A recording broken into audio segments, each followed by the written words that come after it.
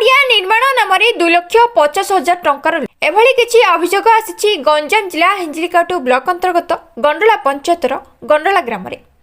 खबर अनुसार आर्थिक वर्ष 2023-2024 मसीह गंडला ग्रामर बण पड़िया ठारे नूतन खेल पड़िया भित्तिभूमि धार्य करने सह खेल पड़ियार उन्नतीकरण कार्य आरंभ होइथिला, जार अटकल मूल्य 2,50,000 रही। तेबे निम्न स्तर में खेल पड़ियार उन्नतीकरण कार्य को पूरा करने सह 2,50,000 टंकार हरिलुट होइथिबार अभियोग आनिछन्ति ग्रामवासी। सेमानक अभियोग अनुसार सही समय खेल पड़िया उन्नतीकरण कार्य स्थानीय एभली निम्न स्तर में कार्य को पूरा करने सह सरकार राजकोष को लुट करछन्ति। एहा सह यथाशीघ्र एहार तदंत करजाउ बोली गणमाध्यम आगरे प्रकाश करछन्ति। खेल पड़िया निर्माणर 1 वर्ष बीती जाइथिले सुधा वर्तमान खेल पड़िया नाम केवल सही स्थान में सूचना फलक रही जाइछि।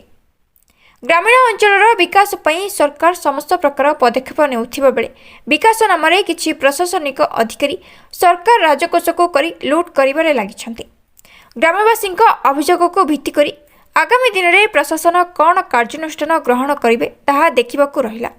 Bureau report news today Odia live. कौन कह जहाँ कर प्रशांत साहू ताहा कहबी आपन 2,50,000 अलॉटमेंट होइतिला। वर्तमान किछि काम हेइनी, जहाँ सब खाइकिरे ठुलो करिकिरे बसछि। सी वर्तमान से साइकी ए साइकी समस्त साइकी जाइकिरे पैसा आणुछि, समस्त खाइकिरे से बुलुछि। पूर्वर होइतिला वर्तमान किछि हेइनी।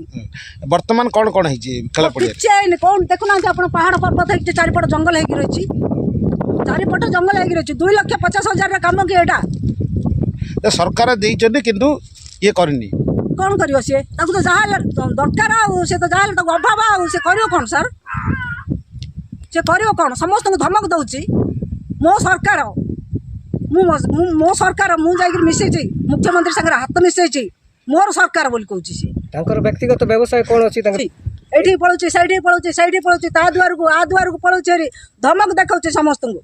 वर्तमान जो खेल पड़िया भितर किछि चेयर बसिया किछि बसिया पे को चेयर रे के बसछन सर। प्रशांत साहू किए ग्रामर किए ग्रामर समी सभ्य आम दल रहा पर आम समस्ते भोट देइथिलु। आमर भोट नहीं से प्रवेश जितिला पर ए सब प्रहसन देखा 7-8 खाली चेरी पड़ी आ कि सेटा आगुरी नाला से कौन विषय होनी कि मात्र स्टेडियम भाया ना ना खेल पड़िया देखा जाऊनी मुझे जानी गंडला मो ना हरिहर।